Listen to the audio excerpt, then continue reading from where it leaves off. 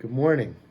I thought we'd try something a little bit different today, and we're going to do a video message from Town Hall. We're working today with our skeleton crew here, trying to meet the needs of the town and keep everything running. What you don't see is the legion of public workers who are home at their desks, answering their phones and handling emails, again, so that we can help service the town. First, I want to commend everybody in Easton. I think we're doing a pretty good job of social distancing. However, this is no time to become complacent. Unfortunately, I think this is a long haul, and it's going to take us a while and a real strong effort to defeat this virus. Remember that the coronavirus is mostly transferred by person-to-person contact, but also by surfaces that we touch. It is critical that we stay 6 feet apart, probably more for comfort, that we are religious about washing our hands and careful not to touch our faces. Basically, what this means is that we should pretty much be home almost all the time. Obviously, there are trips we have to make to the grocery store, the pharmacy for necessities, and those are places where we need to be extremely cautious about our contact with other people. The one exception to this is taking advantage of the beautiful outdoors.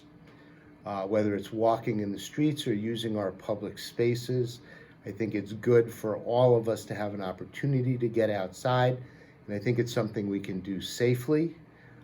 Just please remember that if you're going to one of our public spaces where people may be more likely to congregate, that we still practice the safe social distancing that we've all been talking about.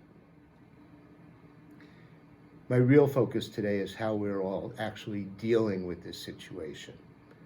Of course, there's fear and anxiety about getting ill, but I don't want us to underestimate how difficult it is on all of us to be cooped up in our homes. It's difficult for our kids. They can't see their friends, they can't get exercise, and they're learning a whole new way to go to school. It's difficult on our parents whose work and social lives are disrupted as well and who are suddenly learning to become teachers.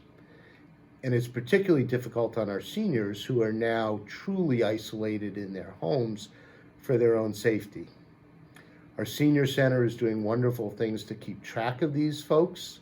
We're making sure that we get them what they need, but there's a lot that we can do as well. If your neighbors are elderly, please try and find safe ways to check on them. Make sure they're okay.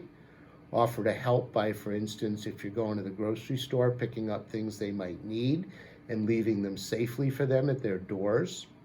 And just be aware. If you think there's something wrong, if you're worried about your neighbors, let the appropriate people know, whether it's the town social worker, EMS, whatever you think may be appropriate. For all of us, there's some wonderful creative things that I would like everyone to partake in. We're starting a program called Easton Rocks. And Easton Rocks means that we're painting and writing messages on rocks so that we can safely deliver them to our neighbors. It's a way to communicate. It makes everybody feel included in the town. There's also the Cowbell Challenge. The Cowbell Challenge is a Jimmy Fallon idea. On Friday, the day after today, at 6:30 at night, we are all going to come down to the end of our driveways, hopefully with pots and pans, spoons, basically whatever we can do to make noise. It's an opportunity to see your neighbors. It's an opportunity to realize that you're not isolated. It's a chance to do something together as a town to lift all of our spirits. And hopefully our seniors will be able to come to their doors or their driveways so that they can participate too. These ideas may seem a little bit hokey. I would urge you not to underestimate their value and not to scoff at them. Psychiatrists tell us that one of the most difficult aspects of what we are now going through is the loss of control of our daily lives. That's actually why we go buy toilet paper. It's one thing that brings a sense of normalcy and a sense of control, in that it's something that we can actually have the ability to control and do. These activities are meant to give us back some of that sense of having some control again of our own lives, being able to communicate, being able to express ourselves. These are strong positives, and I would urge all of you to partake. Getting back to the serious for a minute, we're going to post some resources for people that are available to help us if we're having trouble coping with this situation. We all have different skills and different abilities to cope with things that are out of the norm, and I want to make available some resources to people who think they might need them. We're also going to post a link to resources where people can donate equipment for first responders and for hospitals.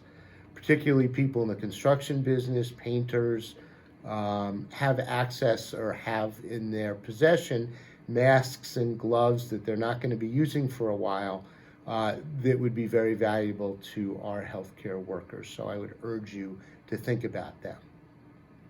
I want to extend a big shout out to the Easton Courier, which has fortunately come around at just the right time to help us stay in touch with each other and aware of what's going on in town.